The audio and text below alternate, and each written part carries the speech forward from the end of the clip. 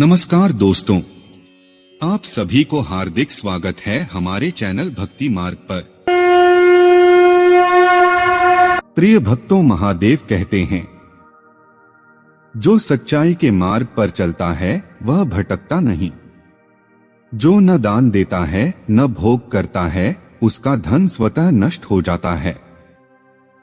अतः योग्य पात्र को दान देना चाहिए।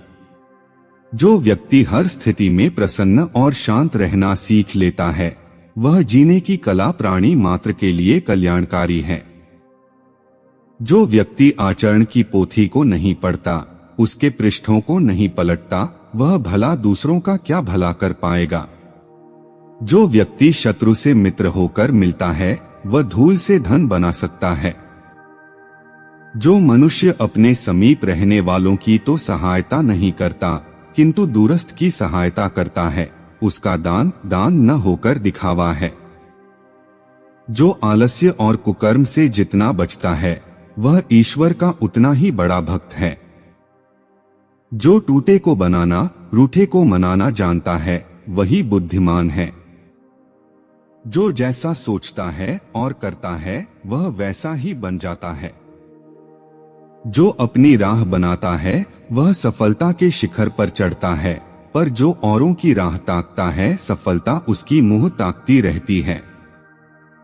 जो बच्चों को सिखाते हैं, उन पर बड़े खुद अमल करें तो यह संसार स्वर्ग बन जाए।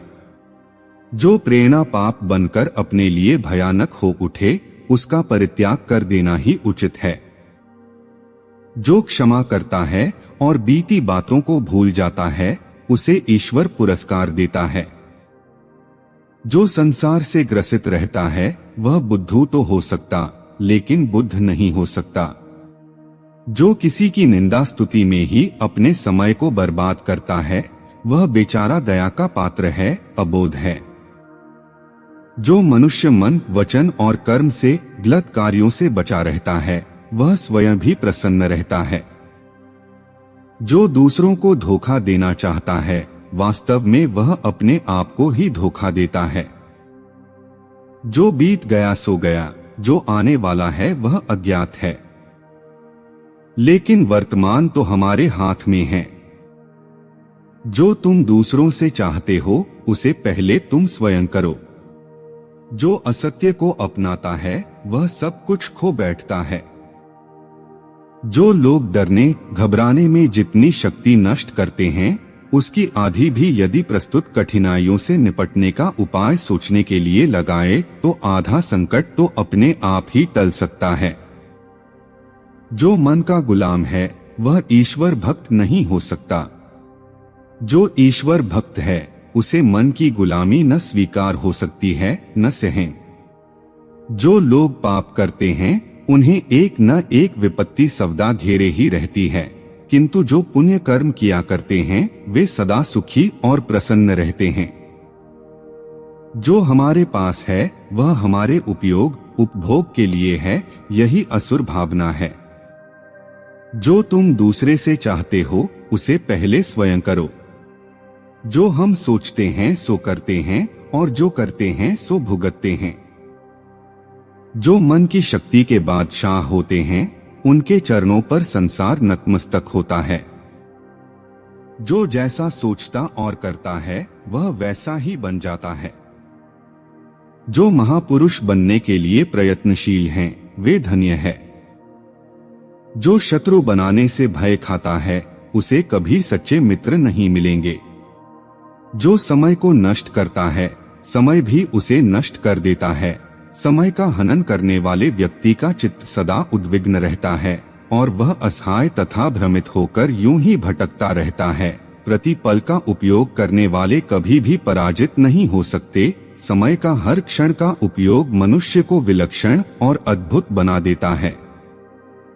जो किसी से कुछ लेकर भूल जाते हैं, अपने ऊपर किए उपकार को मानते नहीं, एहसान को भुला देते हैं, उन्हें कृतघ्नि कहा जाता है। और जो सदा इसे याद रखकर प्रति उपकार करने और एहसान चुकाने का प्रयास करते हैं, उन्हें कृतज्ञ कहा जाता है। जो विषपान कर सकता है, चाहे विष पराजय का हो, चाहे अपमान का, वही शंकर का भक्त होने योग्य है और उसे ही शिवत्व की प्राप्ति संभव है। अपमान और पराजय से विचलित होने वाले लोग शिव भक्त होने योग्य ही नहीं। ऐसे लोगों की शिव पूजा केवल पाखंड है। जैसे का साथ तैसा वह भी ब्याज सहित व्यवहार करना ही सर्वोत्तम नीति है। शठे शाठ्यम और उपदेशो ही मूर्खाणा प्रकोपाय न शांतये के सूत्र को अमल में लाना ही गुणकारी उपाय है। जैसे बाहरी जीवन में युक्ति व शक्ति जरूरी है, वैसे ही आंतरिक जीवन के लिए मुक्ति व भक्ति आवश्यक है।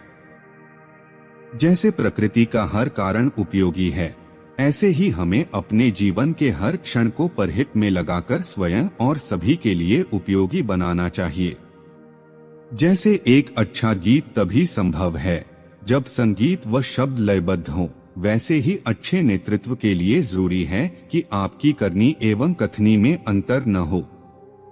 जैसा अन्न वैसा मन, जैसा खाए अन्न वैसा बने मन। जैसे कोरे कागज पर ही पत्र लिखे जा सकते हैं, लिखे हुए पर नहीं, उसी प्रकार निर्मल अंतःकरण पर ही योग की शिक्षा और साधना अंकित हो सकती है। जहाँ वाद विवाद होता है, वहाँ श्रद्धा के फूल नहीं खिल सकते, और जहाँ जीवन में आस्था व श्रद्धा को महत्व न मिले, वहाँ जीवन नीरस हो जाता है।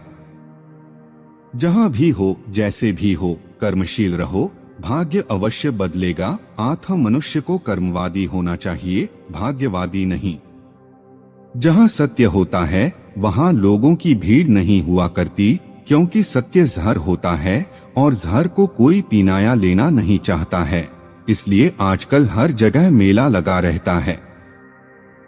जहाँ मैं और मेरा जुड़ जाता है, वहाँ ममता, प्रेम, करुणा एवं समर्पण होते हैं। जो खटमल की तरह दूसरों पर नहीं पलना चाहिए, बल्कि अंत समय तक कार्य करते जाओ, क्योंकि गतिशीलता जीवन का आवश्यक अंग है। जनसंख्या की अभिवृद्धि हजार समस्याओं की जन्मदात्री है। जानकारी व वैदिक ज्ञान का भार तो लोग सिर पर गधे की तरह उठाए फिरते हैं और जल्द अहंकारी भी हो जाते हैं, लेकिन उसकी सरलता का आनंद नहीं उठा सकते हैं। ज्यादा पैसा कमाने की इच्छा से ग्रसित मनुष्य झूठ, कपट, बेईमानी, धोखेबाजी, विश्वासघात आदि का सहारा लेकर परिणाम में दुख ही प्राप्त करता है। जिसने जीवन में स्नेह, सौजन्य का समुचित समावेश कर लिया, सचमुच वही सबसे बड़ा कलाकार है। जिसका हृदय पवित्र है, उसे अपवित्रता छू तक नहीं सकता। जिनका प्रत्येक कर्म भगवान को, आदर्शों को समर्पित होता है, वही सबसे बड़ा योगी है। जिसका मन बुद्धि परमात्मा के प्रति वफादार है, उसे मन की शांति अवश्य मिलती है। जिसकी मुस्कुराहट कोई छीन न सके, वही असल सफा व्यक्ति है। जिसकी इंद्रियां वश में हैं, उसकी बुद्धि स्थिर है। जिनकी तुम प्रशंसा करते हो, उनके गुणों को अपनाओ और स्वयं भी प्रशंसा के योग्य बनो। जिसके पास कुछ नहीं रहता, उसके पास भगवान रहता है। जिनके अंदर अय्याशी, फिजूल खर्ची और विलासिता की कुर्बानी देने की हिम्मत नहीं, वे अध्यात्म से कोसों दूर हैं। जिसके मन में राग द्वेष नहीं है और जो तृष्णा को त्याग कर शील तथा संतोष को ग्रहण किए हुए है, वह संत पुरुष जगत के लिए जहाज है। जिसके पास कुछ भी कर्ज नहीं, वह बड़ा मालदार है। जिनके भीतर बाहर एक ही बात है, वही निष्कपट व्यक्ति धन्य है। जिसने शिष्टता और नम्रता नहीं सीखी, उनका बहुत सीखना भी व्यर्थ रहा। जिन्हें लंबी जिंदगी जीना हो, वे बिना कड़ी भूख लगे कुछ भी न खाने की आदत डालें।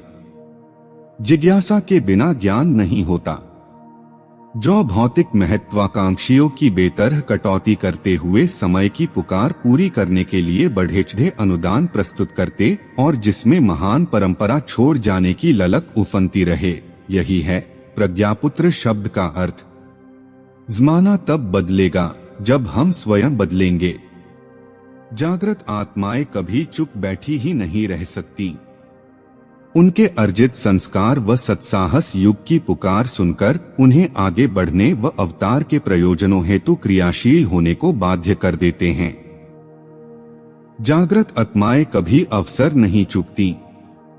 वे जिस उद्देश्य को लेकर अवतरित होती हैं, उसे पूरा किए बिना उन्हें चैन नहीं पड़ता। जागृत आत्मा का लक्षण है सत्यम, शिवम और सुंदरम की ओर उन्मुखता।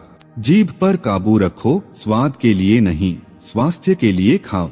झूठे मोती की आब और ताब उसे सच्चा नहीं बना सकती। झूठ इंसान को अंदर से खोखला बना देता है। ठगना बुरी बात है, पर ठगाना उससे कम बुरा नहीं है। डरपोक और शक्तिहीन मनुष्य भाग्य के पीछे चलता है। त्रुटियां या भूल कैसी भी हो, वे आपकी प्रगति में भयंकर रूप से बाधक होती है।